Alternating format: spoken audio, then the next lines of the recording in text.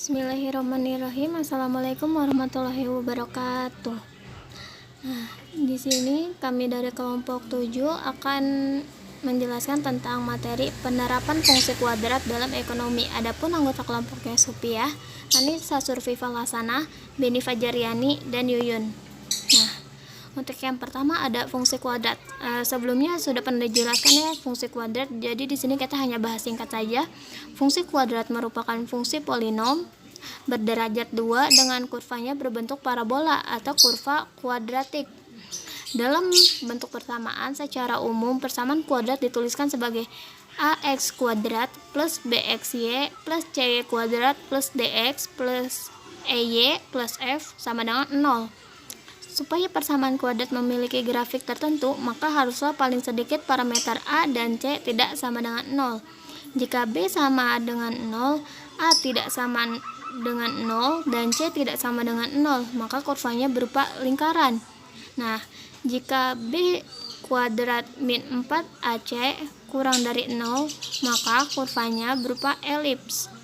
Jika b kuadrat min 4ac sama dengan 0, maka kurvanya berbentuk parabola. Jika b kuadrat min 4ac lebih dari 0, maka kurvanya berbentuk hiperbola.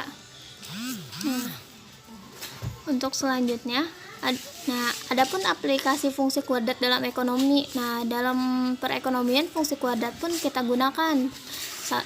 Adapun aplikasiannya yaitu untuk fungsi permintaan, fungsi penawaran, keseimbangan pasar, dan fungsi penerimaan total dan biaya.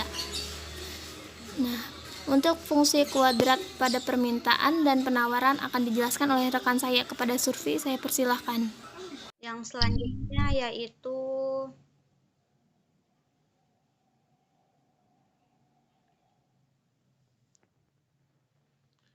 fungsi kuadrat pada penawaran. Berdasarkan bentuk persamaan kuadrat pada penawaran, dapat diketahui mempunyai nilai A lebih besar daripada 0. Maka bentuk kurvanya adalah terbuka ke atas atau terbuka ke kanan. Dan perlu diketahui bahwa kurva yang digunakan pada ekonomi adalah yang terletak pada kuadran 1. Nah, pada penawaran ini si P dan si Q-nya itu berbanding negatif. Nah, rumus umumnya itu P sama dengan AQ kuadrat ditambah BQ ditambah C, atau Q sama dengan AP kuadrat ditambah BP ditambah C. Nah, jika persamaannya P, maka kurvanya itu akan terbuka ke atas. Dan sebaliknya, jika persamaannya itu Q, maka kurvanya itu akan terbuka ke kanan. Nih, cara membuat kurvanya itu tentukan arahnya dulu. Jika dia P kan Baik, di sini saya akan menjelaskan tentang keseimbangan pasar. Nah, keseimbangan pasar terjadi ketika jumlah permintaan sama dengan jumlah penawaran atau QD sama dengan QS. Nah, ketika jumlah penawaran dan permintaan itu sama, maka pasar itu seimbang. Tapi ketika misalkan penawaran lebih besar daripada permintaan,